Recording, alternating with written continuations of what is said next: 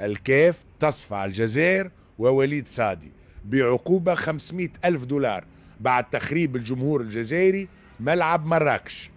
صراحة الجزائر تستحق هذه العقوبة لأن المغرب وفر لهم جميع الظروف اللازمة، لذلك يستحقون هذه العقوبة. البيان ها هو كما راكم تشوفوا فيه صدر لو 21 جانفي 2026. واش يقول لك هذا البيان وما هي العقوبات التي صدرت بحق الفريق الجزائري والاتحادية؟ أولا، الحارس لوكا زيدان معاقب بالحرمان من المشاركة في مباراتين رسميتين مع الفريق الجزائري بسبب سوء السلوك، غلطة تربية.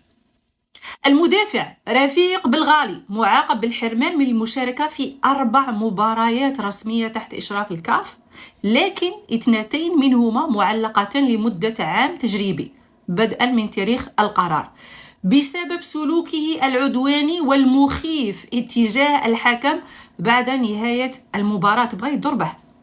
هذا يعني أنه سيغيب فعليا عن مباراتين، زوج تاع لي ماتش ما يلعبهمش فورا ما لم يرتكب مخالفات إضافية. دروك نجو للعقوبات المالية. غرامة مالية إجمالية قدرها كم؟ 100 ألف دولار. قلة تربية وسوء السلوك تاع اللاعبين والمشجعين سيكلف الاتحاد الجزائري لكرة القدم 100 ألف دولار. كيفاش زعما 100 ألف دولار؟ علاش؟ واش داروا؟ قال لك 5000 دولار بسبب تلقي الفريق 5 بطاقات صفراء خلال المباراة.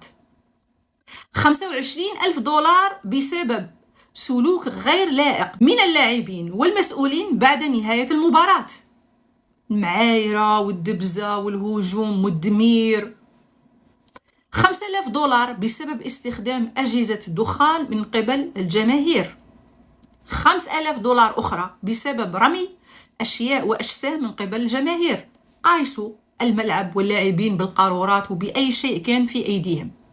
10,000 دولار بسبب عدم الامتثال لإجراءات الأمان بما في ذلك محاولات الجماهير اختراق الحواجز الأمنية. وراكم عاقلين على هذيك اللقطة وين الجماهير الجزائرية قاعدة تدمر وباغية تدخل إلى الملعب، وين صرات الخيانة تاع الجهاز تاع اللاسلكي الخاص برجل الأمن. والأمن المغربي اللي كان في الملعب طبعا منع الجماهير من النزول إلى الملعب. الآن العقوبة المالية الأكبر هنايا 50 ألف دولار، سمعوا، بسبب إيماءات مسيئة ومهينة، عرض أوراق نقدية من قبل الجماهير اتجاه الحكم، يعني اتهام الجماهير للحكم بأنه أخذ أموال رشوة لكي يحكم لصالح المنتخب النيجيري ويتسبب في إقصاء المنتخب الجزائري. هذه العقوبات ناتجة عن أحداث وقعت بعد خسارة المنتخب الجزائري أمام نيجيريا، حيث خسرت الجزائر 0-2 في ربع نهائي كأس الأمم الإفريقية 2025 لو 10 نوفمبر 2026. أعلن الاتحاد الجزائري عن استئناف القرار، يعني الاتحاد الجزائري لكرة القدم لم يقبل القرار. حفيظ دراجي نشر الخبر، بصح حفيظ دراجي كما كنتم تشوفوا هنايا هذا هو الخبر كيف نشره على الصفحة تاعه في منصة اكس، كاتب فيها عقوبات فاضحة ضد الجزائر من دون كل المنتخبات واللاعبين. قررت الكاف معاقبة الحارس. شوف المظلومية، زعما ما داروا والو، غير هكا كانوا قاعدين مساكين التزموا بكل القوانين وبكل المعايير. جاء الاتحاد الافريقي لكرة القدم قرر انه يعاقبهم. قررت الكاف معاقبة الحارس لوكا زيدان والمدافع رفيق بالغالي، وسلطت غرامات مالية على الاتحاد الجزائري لكرة القدم قدرها 100 ألف دولار في انتظار العقوبات المرتقبة ضد السنغال بطل إفريقيا. فإن الاتحاد الإفريقي تغاضى عن معاقبة الشعب الجزائري على تعلقه بوطنه ودفاعه عن قيمه ومبادئه وكرامته ومواقف بلده. ما كانش على بالي بلي كنتو تحاربوا، واش من مواقف واش من كرامة. It's just a game dude، يعني دراما كوين هذا الحافظ دراجي.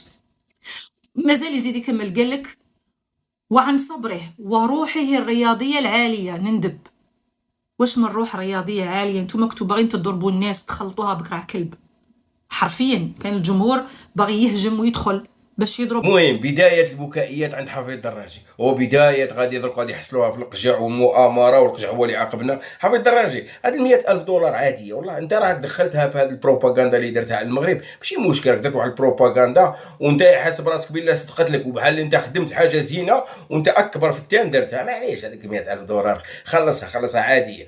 المهم وفضيحه هذيك الجمهور اللي قطع النقود وكذا، منا نتوما عندكم كل شيء، هذا الشيء عادي. يعني واحد يمشي لبلاد ويقطع النقود ديالها، لا ما خاصهمش يتعاقب، خاصنا نبكيو وحنا ما خاصناش نتعاقبوا. لا نتعاقبوا، حنا قطعنا الفلوس، ما نتعاقبوش. حنا دخلنا درنا الفوضى، اللعابه مشاو داروا الفوضى مع الحكام ويسبوا في لا ما خاصناش نتعاقبوا حنايا. نتعاقبوا حنايا راك تو كاع خرجوا يتباكاو هنا، يقول لك لا واحد قال لك حقرونا، وواحد قال لك منا لا حنا ما درنا والو، حنا حقرونا والله لا غير حقرونا، حنا ما درنا والو. مساكن حنا ديما محقورين، حقرونا المغاربه، حقرنا فوزي القجع، حقرتنا لاكاب، حقرنا كل شيء، حنا ما درنا والو.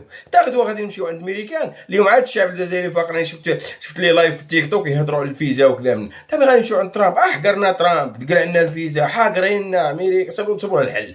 المهم الحل توجور حنا صايبين. هذه من جهه، وراك تشوفهم كلشي حطيتهم لكم هنا، واحد يقول له حقرونا، وواحد يقول له الكاف فاسده، وواحد يقول له مختطفه، واحد. هذه من جهه. دروك غادي ندخلوا المؤامره اللي دارها مولينا هذا دار واحد التدوينه، قال لك فوزي القجع عنده مشاكل مع نيجيريا، ودارت بوم، فوزي القجع عنده مشاكل مع الاتحاد النيجيري، دقوا ونوضوا الحرب وتا وراك عارف هذا مولينا، هو ما عنده لا اخبار لا والو. هذا مولينا اليوم طاحت من نهار جا فوزي القجع وجات هاد لاكاف جديده، اخبار ديالو كلشي كاذبه، ما بقاش عنده هذاك التصيد كما كان عنده، كان يجيب اخبار. اليوم ما بقاش عنده، ولا غير يهضر يتيري. وملي بدات لا كوب دافريك هو يتيري في المغرب. اليوم خرج الاتحاد النيجيري فضحوا باش تعرفوا شحال الكذبات. هو فضحوا، بصح كان خاص كان واحد الحاجه خاصه في المغرب، خاصهم ان شاء الله ينتبهوا لها، هي الاعلام، باش يبقاو يردوا على بحال هاد الناس هادو، باش يفضحوهم. هذه من جهه. هذه الكذبه هذه ها هي فاتت ديال مولينا اللي كذبها وكذا، منا تفضحوا. وهاد الاشاعات كاملين اللي طلقهم، وهاد الحمله الممنهجه اللي كانوا دايرينها، البروباغندا كانوا دايرينها على المغرب، تفضحوا فيها.